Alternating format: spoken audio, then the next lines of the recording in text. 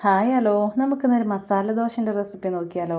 വളരെ പെട്ടെന്ന് കുറഞ്ഞ ഇൻഗ്രീഡിയൻസ് കൊണ്ട് നമുക്കിത് റെഡിയാക്കി എടുക്കാം കേട്ടോ. മസാല ദോശ ഉണ്ടാക്കാനായി 1.5 കപ്പ് പച്ചരി, 1/2 ടീസ്പൂൺ ഉലുവയും ചേർത്ത് 5 മണിക്കൂർ വെള്ളത്തിൽ സോക്ക് ചെയ്ത് വെച്ചതാണ് കേട്ടോ. അതുപോലെ ഉഴുന്നെടുത്തിട്ടുണ്ട്, 1/2 കപ്പ് ഉഴുന്നും. 1.5 കപ്പ് പച്ചരിക്ക് 1/2 കപ്പ് ഉഴുന്ന് എന്ന രീതിയിലാണ് എടുത്തിട്ടുള്ളത്. 4 ടേബിൾ സ്പൂൺ ചോറും. ഇനി ഇതെല്ലാം കൂടെ നന്നായി ഒന്ന് അരച്ചെടുക്കാം. തരിയില്ലാതെ നല്ല നൈസായിട്ട് വേണം അരച്ചെടുക്കാൻ. അത് നമുക്ക് പച്ചരി അരച്ചെടുക്കാം, പിന്നീട് നമുക്ക് ഉഴുന്നരച്ചെടുക്കാം. ഞാൻ 2 ട്രിപ്പായിട്ട് അങ്ങനെ അരച്ചെടുത്തെടുക്കുകയാണ്. അധികം വെള്ളം ഒഴിക്കണ്ട, നല്ല തിക്കിലാണ് നമുക്ക് മാവ് വേണ്ടത്. അപ്പോൾ നമ്മൾ നോക്കിയിട്ട് പാകത്തിന് അങ്ങനെ ഒഴിച്ചെടുത്ത് അരച്ചാൽ മതി. ഈ ഒരു പരുവത്തിൽ വേണം നമുക്ക് മാവ് അരച്ചെടുക്കാനായിട്ട്. തരികളൊന്നുമില്ലാതെ നല്ല നൈസായിട്ട് അരച്ചെടുക്കാം. ഇനി ഇതൊരു കുഴിയുള്ള പാത്രത്തിലേക്ക് ചേർത്ത് കൊടുക്കാം. നമ്മൾ മിക്സിയുടെ ജാർ ഒന്ന് ചുഴറ്റി ഇതിലേക്ക് തന്നെ ഒഴിച്ചു കൊടുക്കാം. വെള്ളം കൂടി പോകണ്ട, കുറച്ച് തിക്കിൽ വേണം മാവിരിക്കാൻ.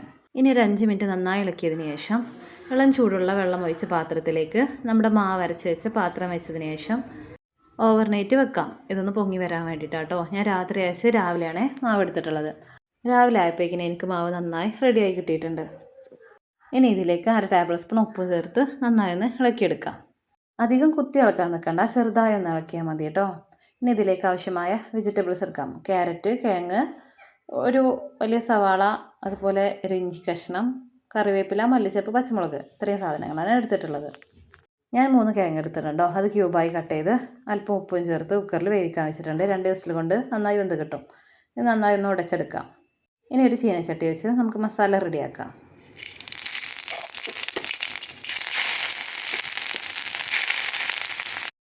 ചീനച്ചട്ടിയിലേക്ക് 3 ടേബിൾ സ്പൂൺ വെളിച്ചെണ്ണ ചേർത്തതിന് ശേഷം കടുക്, ചെറിയ ജീരകം, ചെറുതായി ക്യൂബായി കട്ട് ചെയ്ത് ഇഞ്ചി ഇത് ചേർത്ത് മൂത്ത് വന്നതിന് ശേഷം വലിയുള്ളി, ക്യാരറ്റ്, കറിവേപ്പില, പച്ചമുളക് എന്നിവയും ചേർത്ത് 1/2 ടീസ്പൂൺ ഉപ്പും ചേർത്ത് നന്നായി ഒന്ന് ഇളക്കിയെടുക്കാം. കിഴങ്ങിൽ നമ്മൾ ഉപ്പ് ചേർത്തതുകൊണ്ട് ഈ ടൈമിൽ അല്പം ചേർത്താൽ മതി.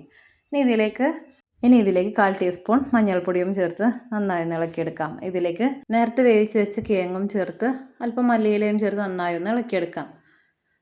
ഇത് നല്ല തിക്കായിട്ട് വരികയാണെന്നുണ്ടെങ്കിൽ അല്പം വെള്ളം ചേർത്തൊന്ന് ലൂസാക്കി എടുക്കാം കേട്ടോ. പറ്റ ലൂസാവണ്ട, ഒരു 4 ടേബിൾ സ്പൂൺ വെള്ളം ചേർത്താൽ മതി. കിഴങ്ങായതുകൊണ്ട് വെള്ളം ചേർത്താലും തിക്കായിട്ട് കിട്ടും. ചൂടാവണതിനനുസരിച്ച് തിക്കായിട്ട് വരും. മസാല ദോശയ്ക്കുള്ള മസാല റെഡി ആയിട്ടുണ്ട്. ഇനി നമുക്ക് ദോശ ചുട്ട് ഈ ഫില്ലിങ് വെച്ച് കൊടുക്കാം. ഇനി ഒരു ദോശത്താവ വെച്ച് ദോശത്താവ ചൂടായതിനു ശേഷം നമ്മുടെ മാവ് ഒഴിച്ച് നന്നായി ഒന്ന് പരത്തിയെടുക്കാം. നൈസായിട്ട് പരത്തിയെടുക്കണേ. ഇനി ഇതിൽ അല്പം നെയ്യും ഒന്ന് തടവി കൊടുക്കാം. നല്ല ക്രിസ്പി ആയിട്ട് കിട്ടാൻ വേണ്ടിയിട്ടാണ് കേട്ടോ നെയ്യ് തടവണത്. ഇനി അതിൻ്റെ മുകളിൽ നമ്മൾ റെഡിയാക്കി വെച്ച മസാലയും ചേർത്ത് ദോശ ക്രിസ്പി ആയി വന്നതിന് ശേഷം മടക്കിയെടുക്കാം. പല രീതിയിൽ നമുക്ക് മസാല ദോശ മടക്കിയെടുക്കാം കേട്ടോ. ഇനി ബാക്കിയുള്ള മാവും ഇതുപോലെ നന്നായി പരത്തിയെടുത്തതിന് ശേഷം മസാല വെച്ച് ഫില്ലാക്കിയതിന് ശേഷം നമുക്ക് ഓരോ ദോശകളായി റെഡിയാക്കിയെടുക്കാം. ഇത്ര പണിയുള്ളൂ. സിമ്പിളായിട്ട് നമുക്ക് നല്ലൊരു അടിപൊളി മസാല ദോശ റെഡിയാക്കിയെടുക്കാം. ഈ രീതിയിൽ ഉണ്ടാക്കി നോക്കാത്തവർ ഇനി ഒന്ന് ഉണ്ടാക്കി നോക്കൂ. വളരെ പെട്ടെന്ന് നമുക്ക് റെഡിയാക്കാൻ പറ്റിയ ഒരു റെസിപ്പിയാണിത്. നിങ്ങൾക്ക് എൻ്റെ വീഡിയോ ഇഷ്ടപ്പെട്ടാൽ എൻ്റെ ചാനൽ ഒന്ന് സബ്സ്ക്രൈബ് ചെയ്യണേ, ലൈക്ക് തരണേ, കമൻ്റ് ഇടാൻ മറക്കല്ലേ.